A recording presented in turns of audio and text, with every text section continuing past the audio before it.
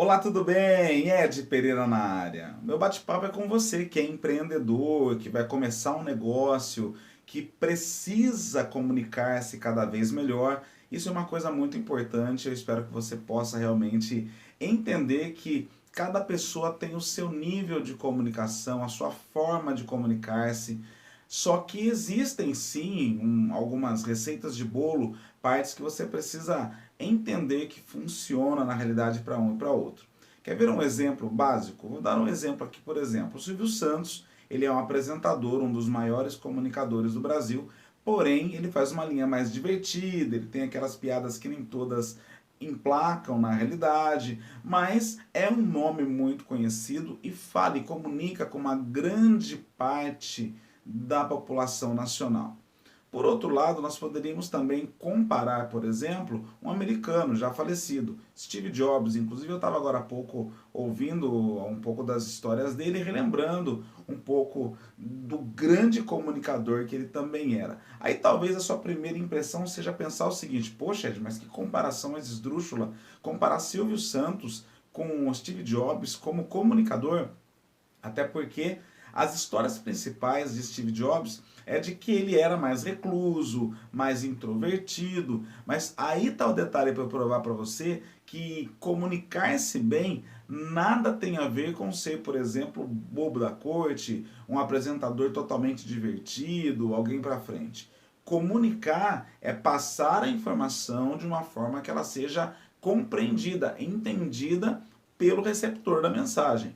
Então tem toda uma situação que nós precisamos entender em relação ao que realmente vem a ser comunicação.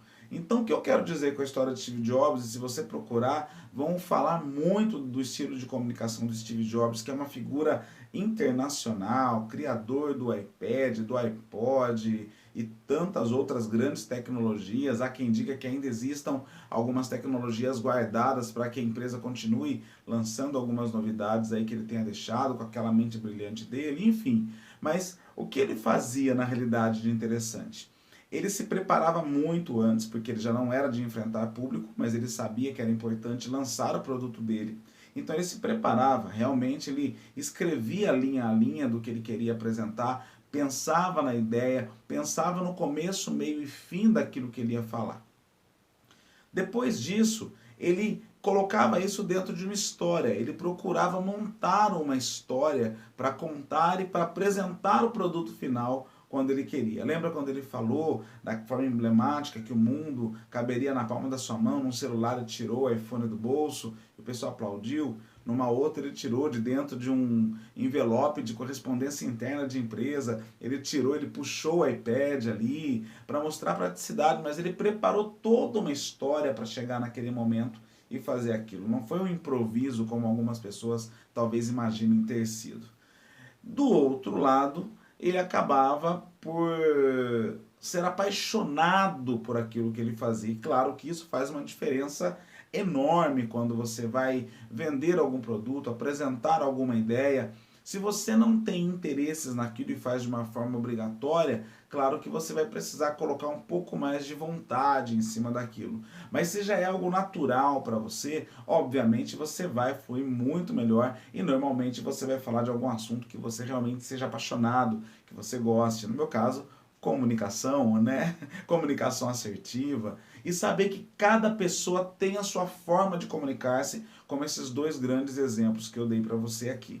Por outro lado, o Silvio Santos, ele tem aquela forma alegre, divertida dele, mas ele também foi procurar preparar-se para poder ser dono de uma empresa de comunicação, a segunda maior do Brasil e muitas vezes aí ficando atrás apenas da Rede Globo. E ele mesmo já deu palestras falando disso, sobre a questão de que ele sabia que a concorrência ficaria para o segundo lugar, que a primeira era da Globo, dada também a qualidade da comunicação, a forma como a Rede Globo apresenta os seus materiais, os seus profissionais, quem eles contratam, como eles fazem a coisa acontecer. E aqui eu não estou defendendo a empresa em si não, cada um tem o seu gosto, nós sabemos que muitas pessoas não gostam das ideologias e aqui não é a minha discussão.